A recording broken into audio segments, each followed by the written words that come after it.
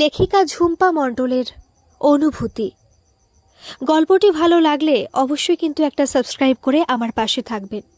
আর গল্পটি কেমন লাগলো কমেন্টে কিন্তু জানাতে ভুলবেন না।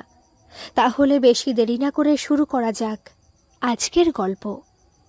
সোফায় কিছুক্ষণ স্তব্ধ হয়ে বসে রইল সীমন্তিনী। আজ যে কথাগুলো তার ছেলে জোরে জোরে চিৎকার করে তাকে বলে গেল, সেগুলো শোনার থেকে তার মরে যাওয়াই ভালো ছিল। স্কুলে ক্লাস করাতে করাতে সীমন্তিনীর স্বামী শুভঙ্কর সেরিব্রাল অ্যাটাকে যেদিন মারা যায়, তখন তার ছেলের মাত্র 2.5 বছর বয়স। গরিব বাবা মা অনেক কষ্টে বিয়ে দিয়েছিল চাকরি করে এমন একমাত্র ছেলে দেখে। এদিকে বিধবা শাশুড়ি অসুস্থ, আর কোলে একরত্তি ছেলে। স্বামী মারা যাওয়ায় ভীষণ কষ্টের সাথে সাথে ভবিষ্যতের চিন্তায় অস্থির হয়ে পড়েছিল সীমন্তিনী। ছেলের সেই 2.5 বছর বয়স থেকে কি ভীষণ কষ্টে ছেলেকে মানুষ করেছে সে একা হাতে। সেই সময় সৌমিকের সাহায্য না পেলে সেটা কখনোই সম্ভব হতো না। সেদিন থেকে আজ পর্যন্ত দৌড়াদৌড়ি করে স্বামীর স্কুলে ক্লারিক্যাল সেকশনে সীমন্তনীর চাকরি পাইয়ে দেবার সহযোগিতা করা থেকে শুরু করে তার ছেলের সমস্ত দায়িত্ব পালন করা, সবকিছুই সৌমিক করে গেছে নিজের তাগিদে। শুধু সীমন্তিনীর মুখ থেকে একটা কথা খসার অপেক্ষায়, অথচ কোনো কিছুর বিনিময়ে নয়। কেন যে সৌমিক এমন করে অযাচিতভাবে সাহায্য করত তা সীমন্তনী বুঝতে পারত না। কিন্তু সে জানত তার জীবনের একমাত্র মুশকিল আসান সৌমিক। অনেক ঝামেলা আর ছোটাছুটির পরে চাকরিটা পেয়ে যেন পায়ের তলার মাটি পেয়েছিল সীমন্তিনী। ভরসা বেড়ে গিয়েছিল সৌমিকের উপরে। মনে হয়েছিল এই সংসারে সৌমিক এমন এক মানুষ যাকে একমাত্র চোখ বন্ধ করে ভরসা করা যায়। সৌমিক শুভঙ্করের পাশের স্কুলে চাকরি করত, একসাথে যাতায়াত করত তারা। সেই সূত্রে আলাপ। সৌমিক আগেও এসেছে তাদের বাড়ি, কিন্তু কোনোদিন সৌমিকের মধ্যে খারাপ কিছু দেখেনি সীমন্তিনী। সৌমিক বিবাহিত, কিন্তু তার স্ত্রী আর্থারাইটিসের শিকার, ভালোভাবে হাঁটতে পারে না। স্ত্রীর সেবা শুশ্রূষার সমস্ত দায়িত্ব পালন করে সৌমিক। সারাদিন স্কুল করে স্ত্রীর সেবা করে সন্ধ্যের কিছুটা সময় কাটাতে আসবেই এই বাড়িতে। হয়তো দিন রাত রোগীর সঙ্গে কাটিয়ে এখানে এসে একটু ঝলমলে হওয়ার স্পর্শ পায় সে। সীমন্তিনী অনেকদিন ভেবেছে আসলে কি চায় সে। কোনো না কোনো দিন তো অবশ্যই সবকিছুর পরিবর্তে কিছু না কিছু চাইবে। ভাবলেই মন শক্ত হয়ে যেত তার। কিন্তু দীর্ঘ 21 বছর ধরে সন্ধ্যাবেলায় এসে বসে থেকে 1 কাপ চা ছাড়া আর কিছুই চায়নি সৌমিক। কখনো সখনো হয়তো চায়ের সাথে টাজ উঠত, কিন্তু মানুষের মন বোঝা দায়। যখন কোনো মানুষ বিনা স্বার্থে অনেক কিছু দেয়, তখন তার প্রতি নিজের অজান্তে এক সহানুভূতি থেকে ভালো লাগা ধীরে ধীরে ভালোবাসায়ও পরিণত হয় বুঝি। সীমন্তিনীরও হয়তো তাই হয়েছিল। সৌমিকের উপরে আস্তে আস্তে দুর্বল হয়ে উঠছিল সে নিজে। কিন্তু গত 21 বছরে দুইজন কেউ কাউকে সে কথা কখনো প্রকাশ করেনি। প্রকাশ হয়েছিল বোধহয় শুধু তাদের দুজনের চোখের ভাষায়, যাতে ভালোবাসার আকুলতার থেকেও ভরসার জায়গা বেশি ছিল। শাশুড়ি মারা যাবার পরে একদিকে সীমন্তিনীর ছেলের দায়িত্ব, আর ওইদিকে সৌমিকের স্ত্রীর দায়িত্ব। দুই দায়িত্বর জালে জড়িয়ে পড়েছিল তাদের সুপ্ত অনুভূতি। সেই সঙ্গে দুজনের মধ্যে তীব্র ছিল আত্মসম্মানবোধ, যার গণ্ডি তারা কখনো পেরোয়নি। গত 3 দিন সৌমিক আসতে পারেনি তাদের বাড়ি। গতকাল তার স্ত্রীর মৃত্যু হয়েছে। আজ হঠাৎ সকালবেলায় তাদের বাড়ি এসে সোফায় বসেছিল মাথা নিচু করে। অন্য দিনের তুলনায় বড্ড বেশি চুপচাপ। চাও খেতে চায়নি আজ। সীমন্তিনীর ছেলে বাজারে গিয়েছিল। সৌমিককে চুপচাপ বসে থাকতে দেখে সীমন্তিনীর খুব ইচ্ছে হলো মানুষটার পাশে গিয়ে কাঁধে একটু হাত রাখে। সীমন্তিনীর সৌমিকের কাছে গিয়ে তার কাঁধে হাত রাখতেই আন্তরিকতায় মাথা নিচু করে কেঁদে ফেলে সৌমিক বলে, আমার অনেক দিনের অভ্যেস থেকে মুক্তি হলো আজ। তবুও তো এতদিন ছিল, এখন তো। সীমন্তিনীরও চোখে জল চলে আসে। মানুষটা আজ এত বছর নিজের স্ত্রীর প্রতি ভালোবাসায় এক নাগাড়ে কর্তব্য করে গিয়েও একটা দিনের জন্য বিরক্তি দেখায়নি। আজ অসুস্থ স্ত্রী মারা যাবার পরে এইভাবে কান্না দেখে ভীষণ মায়া হলো সীমন্তিনীর। মানুষ এমন নিঃস্বার্থভাবে কিভাবে ভালোবাসতে পারে? পরম আন্তরিকতায় সৌমিকের হাত দুটো নিজের মুঠোয় নিয়ে সান্ত্বনা দিতে যায় সীমন্তিনী। ঠিক এই সময় সীমন্তিনীর ছেলে সীমন্ত দরজা দিয়ে ঘরে ঢোকে। দুইজনকে ওই রকম হাত ধরে কাছাকাছি দাঁড়িয়ে থাকার অবস্থায় দেখে। জোরে চিৎকার করে ওঠে সে, মা! চমকে ছিটকে সরে যায় দুজনে। ছেলের চিৎকারে মনের কোথাও মনে হলো তারা কি ভীষণ কোনো অন্যায় করছিলেন। সীমন্ত পরম শ্লেষের সাথে সৌমিককে বলে, আমি যেন আর আপনাকে এখানে কোনো দিন না দেখি।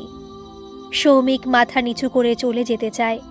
সীমন্তিনী দৃঢ় স্বরে সৌমিককে বলে, দাঁড়ান আপনি। তারপর ছেলের দিকে তাকিয়ে দৃঢ় স্বরে বলেছিল, অনেক বড় হয়ে গেছিস আজ। বড়দের সাথে কিভাবে কথা বলতে হয় তাই ভুলে গেছিস বুঝি? কাকুর কাছে ক্ষমা চায় এক্ষুনি। ছেলেও একইভাবে চড়া স্বরে বলল, বড় বলেই সবাই সম্মান পায় না মা, আর তুমি আমাকে বলছো ক্ষমা চাইতে? সৌমিক অপ্রস্তুতের স্বরে বলল, না না, ওকে ক্ষমা চাইতে হবে না, আমি চলে যাচ্ছি। কিন্তু বাবা, তোমাকে হাত জোর করে একটাই অনুরোধ করব, মাকে ভুল বুঝো না। অনেক কষ্টে মানুষ করেছে সে তোমাকে, ভুল বুঝো না মাকে। ভীষণ অবজ্ঞা করে সীমন্ত বলে, আমার মাকে আমি কি চোখে দেখব সে বিষয়ে আপনাকে জ্ঞান দিতে হবে না, আর আপনি আসতে পারেন। ভীষণ অপমানে সৌমিক মাথা নিচু করে বেরিয়ে যাবার পর সীমন্তিনী ছেলের দিকে তাকিয়ে রুক্ষ স্বরে বলল, বাইরে থেকে দেখে মানুষকে বিচার করতে শিখেছিস বুঝি? আজ যেটা দেখলাম সেটা বাইরের দেখা বলছো? দেখো মা, আমি এতদিন কিছু বলিনি, কিন্তু এটা শুনে রাখো, তোমাদের এই মেলামেশার জন্য আমাকে বাইরের অনেকে ঠাড়ে ঠোড়ে অনেক কথা বলে। আমি তবুও সহ্য করে গেছি। এমনকি কুহুকে সন্ধেবেলা ওই লোকটার জন্য বাড়িতেও আনতে পারি না কখনো। এখন তো দেখছি সকালবেলাও এসে জুটেছে। কিন্তু আর কতদিন? কয়েকদিন পরে হয়তো কুহুর কানে যাবে। বুঝতে পারছো হবু শ্বশুর বাড়িতে আমার সম্মান কি থাকবে? সীমন্তিনী স্তম্ভিত হয়ে গেল। তার জন্য ছেলের মান সম্মান নষ্ট হবে? যে সন্তানের মুখের দিকে তাকিয়ে আজ পর্যন্ত সে তার সমস্ত স্বাদ জলাঞ্জলি দিয়ে তাকে লালন পালন করেছে, আজ সেই সন্তান তার এই 50 বছর বয়সে এসে সম্মান রক্ষার কথা বলছে। নির্বাক হয়ে গেল সীমন্তিনী। ধপ করে বসে পড়ল সোফায়। ছেলে আরও বলল, বৌমা হতে চলল, এবারে প্লিজ মা এগুলো বন্ধ করো। বলেই সীমন্ত বেরিয়ে চলে গেল। স্তম্ভিত সীমন্তিনী দুই হাতে মাথা চেপে বসে রইল কিছুক্ষণ। এ কি তার ছেলে? সেই ছোট্ট ছেলে যে মায়ের মুখে কথা বলতো না, মায়ের চোখে জল দেখতে পারত না। কি করেছিল সে? একটা মানুষকে সহানুভূতি জানানোতে এত সমস্যা? অনেকক্ষণ চুপ করে বসেছিল সীমন্তিনী।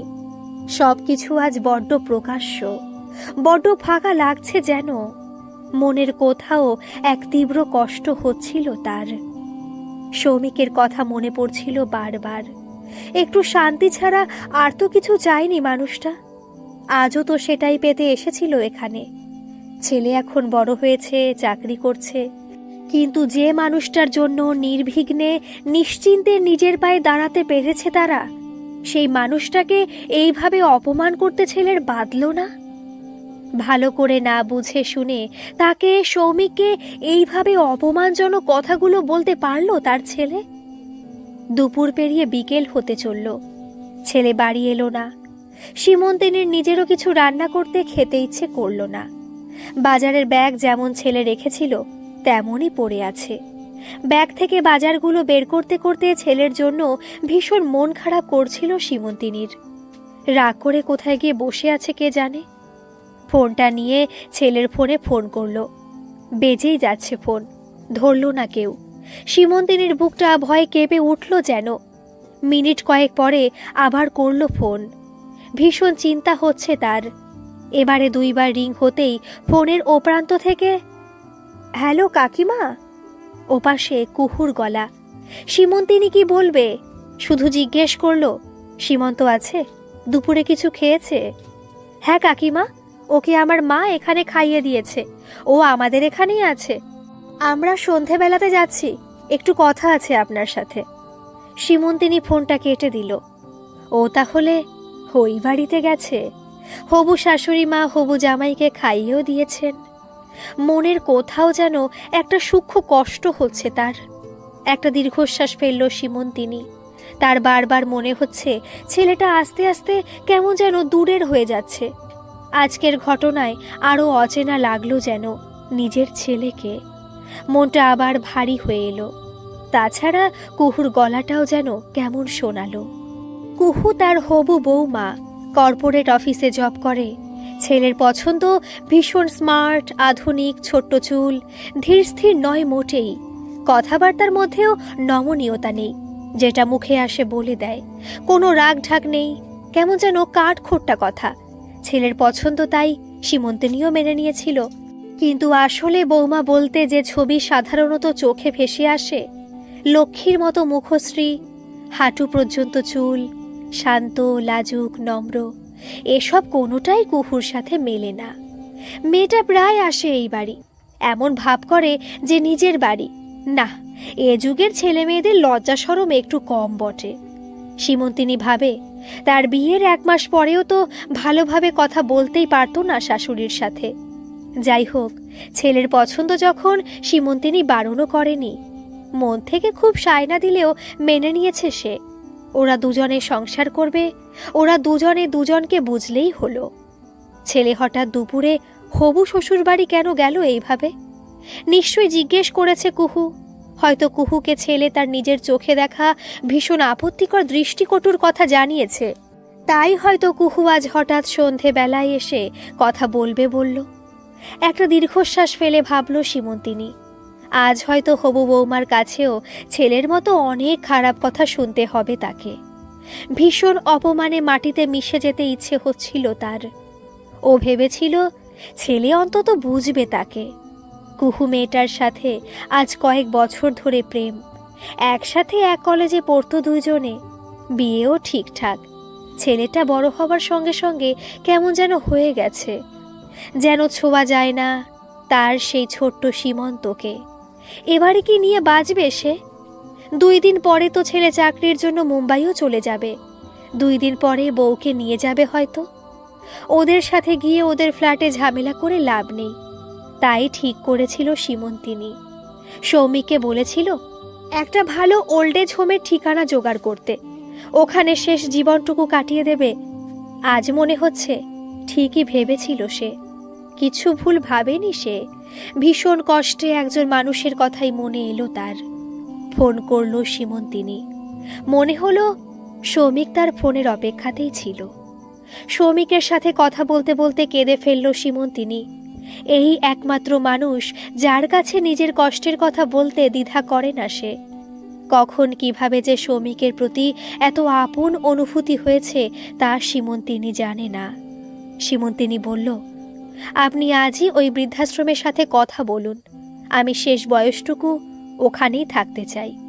আমার জন্য ছেলে বৌমার সম্মানহানি হয় এটা চাই না। সৌমিক তাকে অনেক করে বোঝালো এখনই এসব চিন্তা না করতে, ছেলের কথায় অযথা কষ্ট না পায়। ছেলের অপমানে তার কষ্টের থেকে ভয় হচ্ছিল বেশি সীমন্তিনীর জন্য। ছেলে আজ ভুল বুঝেছে, নিশ্চয়ই ছেলে হবু বৌমা বুঝবে একদিন যে তাদের সম্পর্ক নিয়ে ছেলের লজ্জা পাওয়ার মতো কিচ্ছু নেই। সৌমিকের সাথে কথা বলে সীমন্তিনীর মনটা একটু শান্ত হলো যেন। ঘণ্টাখানেক পরে কুহু এলো, পিছনে সীমন্ত ঢুকল।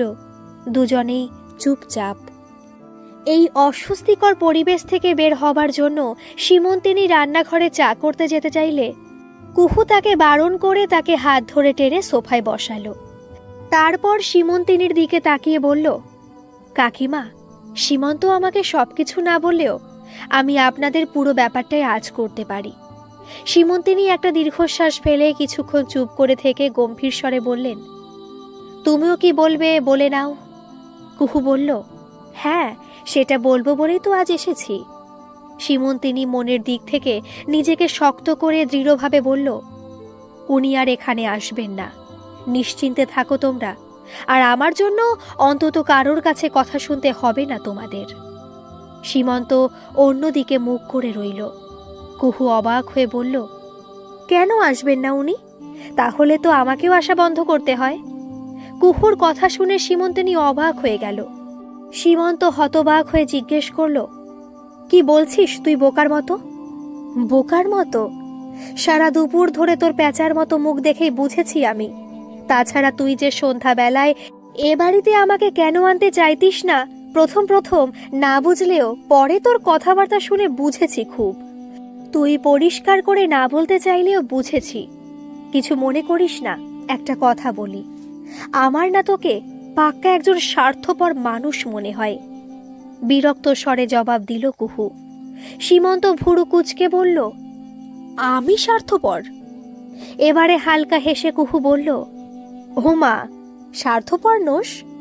দিনের পর দিন তুই আমার সাথে ঘন্টার পর ঘন্টা যখন সময় কাটাস তখন মনে হয় না বাইরের লোক কি বলবে? ভীষণ বিরক্ত হয়ে সীমন্ত বলল, আমাদের বয়স আর ওনাদের বয়স অনেক পার্থক্য কুহু। বন্ধুত্বের আবার বয়স কিসের? আমাদের থেকে ওনাদের সম্পর্ক বরং অনেক নিঃস্বার্থ, অনেক উঁচুতে রে। তুই নিজেই কতবার বলেছিস তোকে তোর মা সারা জীবন ভীষণ কষ্ট করে মানুষ করেছেন, নিজের শখ আহ্লাদ বিসর্জন দিয়েছেন, কাকু সব সময় সাহায্য করেছেন। আসলে এখন তুই বড় হয়েছিস, চাকরি করছিস, এখন লোকের কথা পাত্তা দিচ্ছিস। আসলে তুই নিজেই অত্যন্ত মিন মাইন্ডের, নিজেই মেনে নিতে পারছিস না, নিজের মাকে কোনোভাবে শেয়ার করতে চাস না, তাই লোকের দোহাই দিচ্ছিস। আর হ্যাঁ, 2 দিন পরেই তো ট্রান্সফার নিয়ে নিজের লাইফ সেটেল করতে মুম্বাই উড়ে যাবি। তুই তো আমার কথাও ভাবিসনি। সে ঠিক আছে, আমার কথা ছাড়, কিন্তু কাকিমার কথা ভেবেছিস একবারও? তুই চলে যাবার পর একা তিনি কিভাবে কাটাবেন? তিনি যদি জীবনে কাউকে তেমন বন্ধু হিসেবে পান, তাতে তোর আপত্তি কিসের? এক নাগারে কথাগুলো বলে তবে থামল কুহু। সীমন্তিনী হতভম্ব হয়ে ভাবল, তার চাপা কষ্টগুলো এই ছোট্ট মেয়েটি কিভাবে বুঝল? সীমন্ত এবারে স্বীকার করে বলল, হ্যাঁ, এটাই সত্যি। এইভাবে আমি আমার মাকে কারোর সাথে শেয়ার করতে পারবো না, কিছুতেই নয়। ও, তাহলে তো লেঠা চুকেই গেল। কাকিমা, আপনি এত কষ্ট করে একা একা সব দিক সামলে ছেলে মানুষ করেছেন, এখন কেন নিজের ছেলেকে আমার সাথে শেয়ার করছেন? সীমন্তিনী এবারে মন খারাপের সঙ্গে বলল, তোরা দুজনে এবার থাম। কুহু, তুমি আর ওকে কিছু বলো না, আমার জন্য দুজনে নিজেদের মধ্যে ঝামেলা করো না। সীমন্তিনীর দিকে তাকিয়ে কোমরে হাত দিয়ে কুহু বলল, আপনি কি ভাবছেন আপনার জন্য করছি ঝামেলা? মোটেই নয় কাকিমা, নিজের জন্য করছি। এই স্বার্থপর মানুষটার সাথে সারা জীবন আমার ঘর করতে হবে তো, তাই ওকে এত বোঝাচ্ছি, আমার দায় এটা। তারপর আবার সীমন্তর দিকে ফিরে বলল, কিরে বল, তোর মা কেন তার ভীষণ ভালোবাসার জন তার ছেলেকে আমার সাথে শেয়ার করছেন বলতে পারিস? কারণ তিনি চান শেয়ার করলেও তুই যদি সুখে থাকিস। তাহলে তুই কেন পারছিস না? সারা জীবন শুধু নিজের চাওয়া, নিজের সুখ নিয়েই থাকবি? তোর মায়ের কোনো নিজস্ব চাওয়া পাওয়া থাকতে পারে না, ভালো লাগা থাকতে পারে না? সীমন্ত মাথাটা 2 হাতে ধরে চুপ করে সোফায় বসে রইল কিছুক্ষণ। ছেলেকে এইভাবে বসে থাকতে দেখে সীমন্তিনীর মনটা খারাপ হয়ে গেল। ছেলেকে কাছে গিয়ে মাথায় হাত বুলিয়ে স্নেহের স্বরে বলল, অত ভাবতে হবে না বাবু আমার জন্য, ওই পাগলিটার কথায় অত কান দিতে হবে না। তবে হ্যাঁ, মুম্বাই সেটেল করে তাড়াতাড়ি কুহুমাকে এসে নিয়ে যাস, ওকে তোর পাশে সবসময় থাকা খুব দরকার রে। সকালে রূঢ় ব্যবহারের জন্য সীমন্ত একটু লজ্জিত ছিল বটে। মায়ের সামনে কখনো সে ওইভাবে কথা বলেনি, কিন্তু নিজের ভুলটা স্বীকার করতে তার আত্মমর্যাদায় লাগছিল। এখন কুহুর প্রশ্নের মুখে পড়ে মনটা তার আত্মগ্লানিতে ভরে গিয়ে তার চোখে জল চলে আসলো। কুহুর কথাগুলো সীমন্তর মাথায় ঘুরছিল। সীমন্ত ছেলে হয়েও এমনভাবে কখনোই ভাবেনি। এতদিন শুধু সমাজ আর নিজের কথাই ভেবে গেছে, মায়ের কথা কুহুর মতো করে কখনো ভাবেনি। সত্যিই তো, কুহুও তো কখনো তার মায়ের এই সম্পর্ক নিয়ে একদিনের জন্য অস্বস্তি প্রকাশ করেনি এত বছরেও।